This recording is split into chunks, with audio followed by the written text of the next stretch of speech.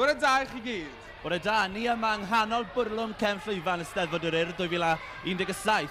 Ni yma gyda Caneuon Actol, blwyddyn 6 ac iau Ddysgwyr. Maen nhw gyd wedi exeitio'n lan, so byddwn ni'n mynd i gwrdd â rai o nhw. Ni wedi dod mewn i'r jungle fan hyn gyda ysgol Spittle.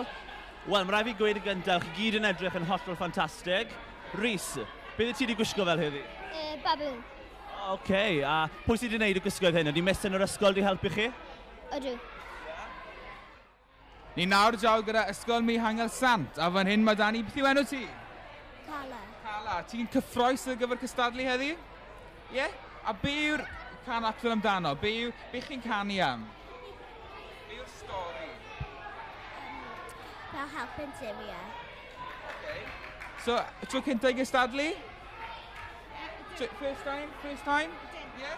Ni yma gyda ysgol Plas Crug. Chi gyd yn excited? Chi'n disgwyl mlaen? Yeah! Wel, mae rai fi wedi yn gyntaf, chi'n edrych yn hollol ffantastig. Pwy sydd wedi gwneud y gwisgoedd i chi? Miss Judah a Miss Evans wedi helpu ni gyda set a costumes. Chwarae teg, mae'r tren yn y cefn a'r cefnlen yn edrych yn wych, dygyn nhw?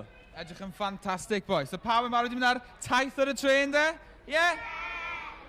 Wel, ni wedi gwneud y rounds, ni wedi siarad â pawb yn unig Gareth. Pawb yn barod? Ni'n mynd mas rown y maes nawr, so os chi'n dod lawr, gobeithio welwn chi yna, gwydwch helo, ni ar y hashnod i'r 2017 a ni'n disgwyl mlaen i weld chi.